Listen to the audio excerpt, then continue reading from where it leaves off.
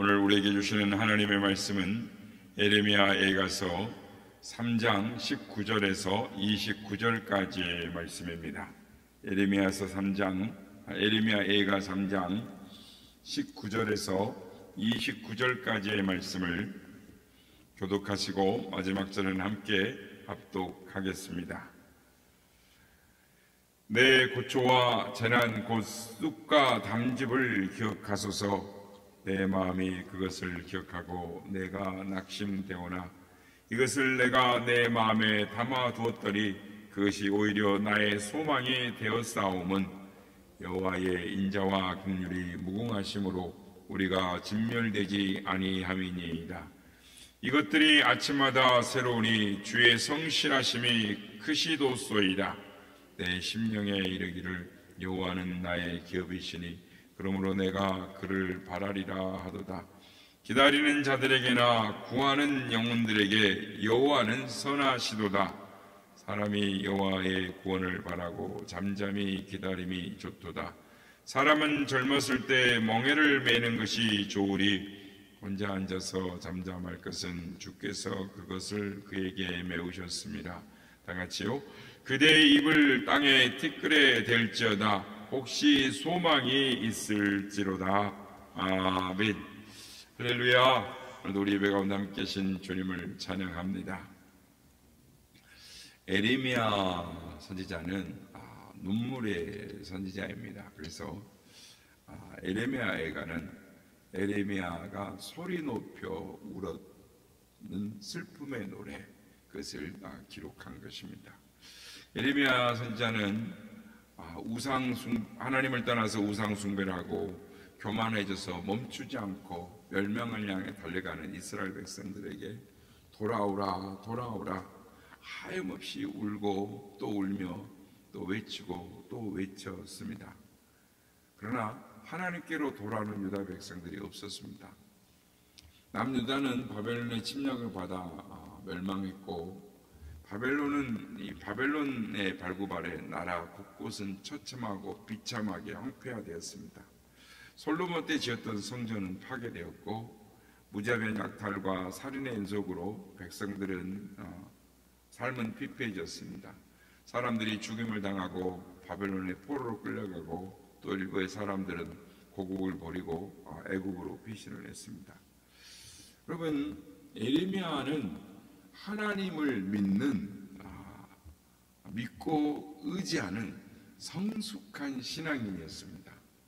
그런데 바벨론의 침략과 이 약탈을 온몸으로 직접 경험하면서 에레미야는 믿음이 뿌리채 흔들려서 깊은 낭만과 좌절과 절망 가운데 빠져버렸습니다.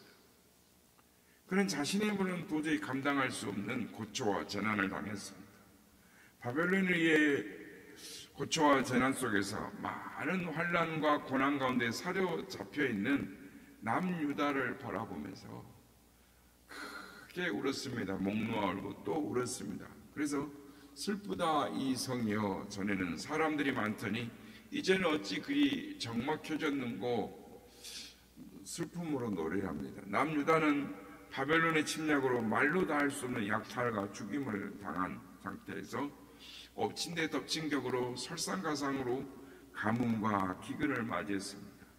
계속된 가뭄과 기근으로 인해 굶어 죽은 사람들이 길가에 시체들이 널려 있었습니다. 그런 가뭄과 기근 속에서 심지어 여인들은 굶주림을 면하기 위하여 살기 위하여 자신이 낳은 아이를 잡아먹는 끔찍한 일들을 행하기도 했습니다. 예루살렘을 함락한 바벨론 군인들은 잔인하게 여인의 배를 칼로 가르고 어린아이들을 무참히 죽였습니다. 남녀노소를 가리지 않고 칼에 다 쓰러진 것이죠. 뿐만 아니라 바벨론 군사들은 하나님의 예루살렘 성전을 불사르고 제사장들과 선지자들을 성전에서 무참하게 살해했습니다. 그리고 예루살렘의 성전의 기구들은 전부 약탈을 당하고 또 끔찍한 만행을 서슴없이 저르지 않았습니다. 예루살렘은 아비 교환이었습니다. 에레미야 선지자는 이런 끔찍한 모습들을 보면서 얼마나 눈물을 흘렸는지 모릅니다. 얼마나 울었는지 그의 눈은 눈물에 상하였고 그의 창자는 끊어졌으며 그의 간은 땅에 쏟아지는 것 같았다라고 말합니다. 그의 살과 가죽은 쇠해졌고 그의 뼈는 꺾어지는 것 같았습니다. 그런데 유다 백성들은 하나님께 회개하고 울기보다는 예레미야를 조롱하고 비방하고 핍박했습니다. 예레미야는 나는 모든 백성에게 조롱거리요 종일토록 그들의 비방거리, 노랫거리가 되었나이다 라고 말합니다. 예레미야는 이런 고난과 고초와 재난에 직면하게 되자 그의 믿음이 뿌리채 흔들렸습니다. 낙심과 절망의 밑바닥에 빠져버렸습니다. 허우적거렸습니다. 그리고 자신이 겪었던 고초와 재난, 쑥과 담즙으로 기억해달라.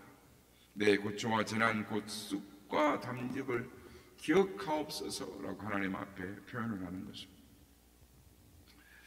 예레미야의 고백은 자신이 겪은 이 고초와 재난이 얼마나 견디기 어려운 고통이었는가, 괴로움이었는가를 말을 합니다. 이런 절망적인 상황에서 예레미야 같은 신실한 선지자, 40여 년을 하나님의 말씀을 선포했던 선지자였습니다.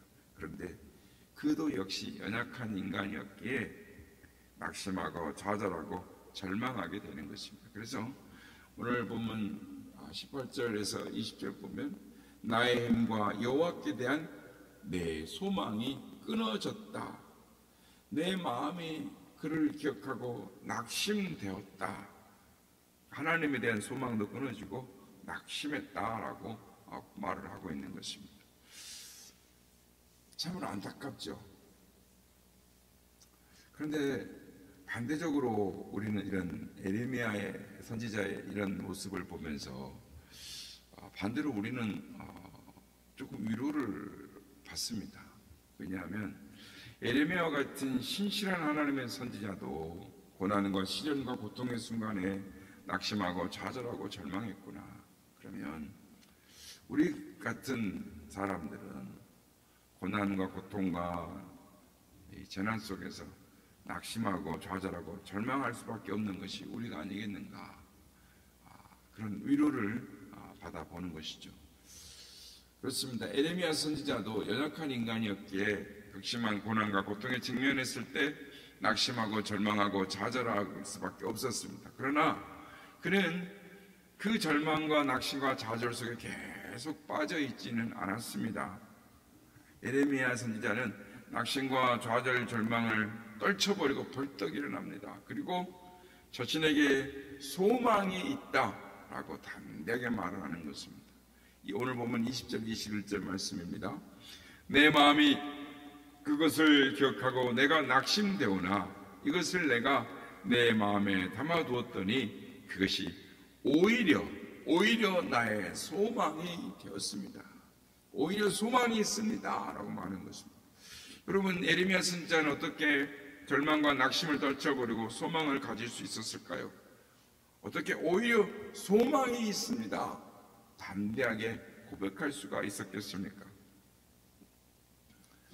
낙심할 수밖에 없고 좌절할 수밖에 없고 절망할 수밖에 없는 상황에서 예레미야 선지자가 소망을 가질 수 있었다면 우리도 소망을 가질 수 있지 않겠습니까?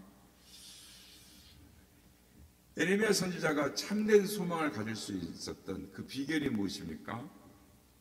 우리 이 시간에 한 가지만을 보겠습니다. 우리를 향한 여호와의 인자와 긍휼이 무궁하시기 때문입니다. 하나님이 우리를 사랑하시기 때문입니다. 오늘 보면 22절 23절 말씀입니다. 여호와의 인자와 긍휼이 무궁하심으로 우리가 진멸되지 아니함이니이다.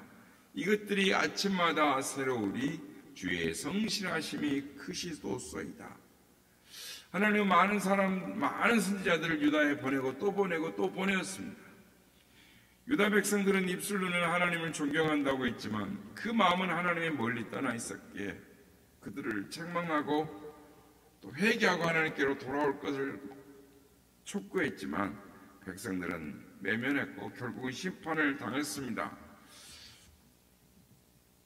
그러나 하나님은 그들을 더 이상 바라보지 않으시고 그들을 구원해 내시기로 하셨습니다. 그래서 그것을 마음속에 에레미야 선지자가 기억했다는 겁니다. 슬픔 속에 눈이 상하고 눈물에 눈이 상하고 간이 땅에 쏟아지는 것 같은, 뼈가 꺾이는 것 같은 절망과 낙심 가운데에서도 그 하나님의 말씀을 기억했다라는 것입니다. 그래서 예레미야 선지자는 수많은 백성들이 바벨론으로 끌려가는 그 상황 속에서 오히려 소망이 있습니다. 여러분 절망하지 마십시오. 오히려 소망이 있습니다. 소망을 가지십시오 라고 말을 했다라는 것입니다. 왜 그랬습니까? 여호와의 인자와 긍휼이 무궁하시기 때문이다. 그것을 깨달았기 때문이다 라는 것입니다. 예레미야는 하나님의 사랑과 긍휼이 무궁하시다, 크다라는 걸 깨달았습니다. 아침과 저녁 매일 주의 성실하심이 크다라는 것을 깨닫고 나보니, 즉 22절 상반절 보면 여호와의 인자와 긍휼이 무궁하심으로 라고 말을 합니다. 인자가 무엇입니까? 이 세상의 모든 사람들은 이해관계 가운데의 사랑을, 조건적인 사랑을 말합니다. 그러나 인자는 조건과 이해를 초월한 무조건적인 사랑을 의미합니다.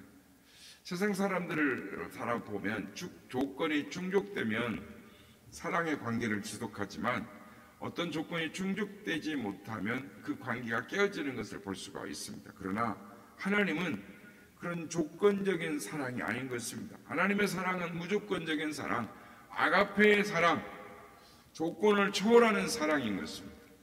그래서 우리가 지난 시간에 살펴봤던 것처럼 하나님의 사랑은 그 어떤 상황과 형편 속에서도 끊어지지 않는, 죽음과 기쁨과 천사와 권세와 그 세상의 어떤 것들로도 주 예수 그리스도 안에 있는 하나님의 사랑에서 우리를 끊을 수가 없는 것입니다. 그래서 스바냐 선지자는 너의 하나님 여호와가 너의 가운데에 계시니 그는 구원을 베푸실 전능자이시라. 그가 너로 말미암아 기쁨을 이기지 못하시며 너를 잠잠히 사랑하시며 너로 말미암아 즐거이 부르며 기뻐하시리로다. 하나님이 우리 안에 계셔서 그 전능자, 구원을 베푸실 전능자 하나님이 우리로 인하여 기쁨을 이기지 못하고 우리를 잠잠히 사랑하고 우리가 죄악 중에도 우리로 말미암아 즐거이 부르며 우리를 인하여 기뻐하신다라는 것입니다. 하나님 우리를 잠잠히 사랑하십니다. 우리가 잘하거나 못하거나 변함없이 우리를 사랑하시는 분이십니다. 베드로가 예수님을 3번이나 부인했습니다. 부활하신 예수님이 베드로에게 찾아오셔서 요한의 아들 시몬아, 내가 다른 사람보다 나를 사랑하느냐라고 물으셨습니다. 베드로가 주님 그러하니이다. 내가 주님을 사랑하는 줄 주께서 아시나이다. 주님이 내 어린 양을 먹이라 라고 말씀하셨습니다. 예수님을 3번이나 부인하고 저주했던 이 베드로를 예수님은 찾아오셔서 용서하시고 치유하시고 회복시키셔서 그를 위대한 사도로 세워 사용하셨습니다. 사울이었던 바울도 마찬가지입니다. 예수님 믿는 사람들을 박해하고 핍박하고 죽였습니다. 이런 바울을 다메섹 도상에서 만나주시고 그를 하나님의 이방인의 사도로 사용하셨습니다. 그래서 바울은 내가 전에는 핍박자요, 비방자요, 박해자요, 폭행자였으나 오히려 긍휼을 입은 것은 내가 믿지 아니할 때 알지 못하고 행하였습니다. 우리 주 예수 그리스도의 은혜가 예수 안에 있는 자에게 믿음과 사랑의 은혜가 넘쳤다라고 말을 합니다. 바울은 자기가 하나님의 긍휼을 입은 걸 압니다. 그래서 넘치도록 풍성한 주의 사랑을 받은 걸 압니다.